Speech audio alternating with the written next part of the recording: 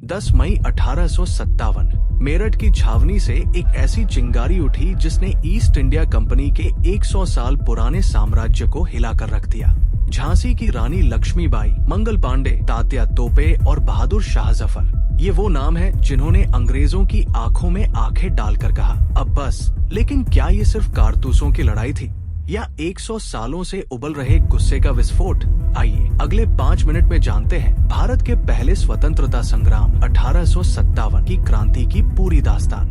दोस्तों, कोई भी क्रांति एक दिन में नहीं होती। 1857 का विद्रोह भी 100 सालों के शोषण का नतीजा था। इमीडिएट कॉज जिसने आग में घी का काम किया। 1857 अंग्रेजों ने सेना में एनफील्ड राइफल का इस्तेमाल शुरू किया। अफवाह फैली कि इस राइफल के कारतूस पर गाय और सुअर की चर्बी का इस्तेमाल हुआ है, जिसे मुंह से काटना पड़ता था। इसने हिंदू और मुस्लिम दोनों धर्मों के सैनिकों की भावनाओं को भड़का दिया। 29 मार्च 1857 बैरकपुर, 34वीं बंगाल नेटिव इन्फेंट्री के एक युवा सैनिक मंगल पांडे ने चर्बी वाले कारतूसों का इस्तेमाल करने से साफ इनकार कर दिया और 2 ब्रिटिश अधिकारियों पर हमला कर दिया। मंगल पांडे को फांसी दे दी गई, लेकिन क्रांति की आग अब पूरे उत्तर भारत में फैल चुकी थी। 10 मई 1857 को मेरठ के सैनिकों ने बगावत कर दी और दिल्ली की तरफ कूच किया। 11 मई को सैनिकों ने लाल किले पर कब्जा करके 82 साल के मुगल सम्राट बहादुर शाह जफर को भारत का सम्राट घोषित कर दिया।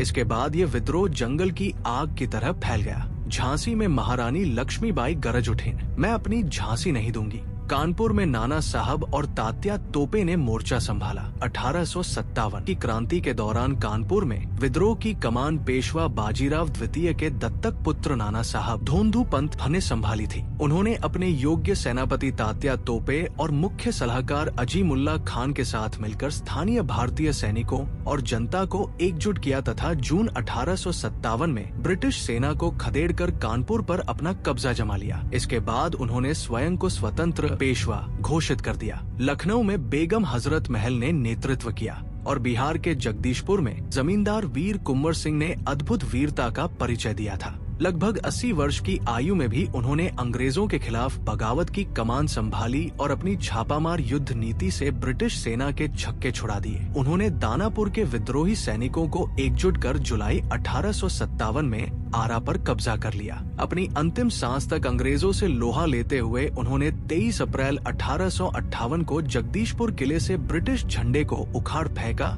और अपना स्वतंत्र झंडा फहराया। लेकिन सवाल ये उठता है कि इतने बड़े पैमाने पर हुए विद्रोह के बावजूद भारत 1857 में आजाद क्यों नहीं हो पाया? इसके मुख्य कारण थे एकता और केंद्रीय नेतृत्व की कमी। अलग अलग राजा महाराजा अपने अपने क्षेत्रों के लिए लड़ रहे थे, कोई एक केंद्रीय लक्ष्य नहीं था। सीमित क्षेत्र, ये क्रांति मुख्य रूप से उत्तर और मध्य भारत तक सीमित रही। दक्षिण भारत और पंजाब इससे काफी हद तक दूर रहे। आधुनिक हथियारों का अभाव, जहां भारतीयों के पास तलवारें और पुरानी बंदूकें थी, वहीं अंग्रेजों के पास आधुनिक हथियार, टेलीग्राफ और रेलवे नेटवर्क था। भले ही 1857 का संग्राम असफल रहा, लेकिन इसका असर ऐतिहासिक था। इस विद्रोह के बाद ईस्ट इंडिया कंपनी का शासन हमेशा के लिए खत्म हो गया और भारत की बागडोर सीधे ब्रिटिश क्राउन के हाथों में चली गई। सबसे बड़ी बात, इसने भारतीय जनता के दिलों में राष्ट्रवाद का जो बीज बोया, वही आगे चलकर 1947 की आजादी की वजह बना। तो दोस्तों, 1857 के इन वीरों के बारे में आपका क्या सोचना है? कमेंट सेक्शन में अपनी राय जरूर बताएं। अगर वीडियो पसंद आया हो तो लाइक, शेयर और चैनल को सब्सक्राइब करना न भूलें।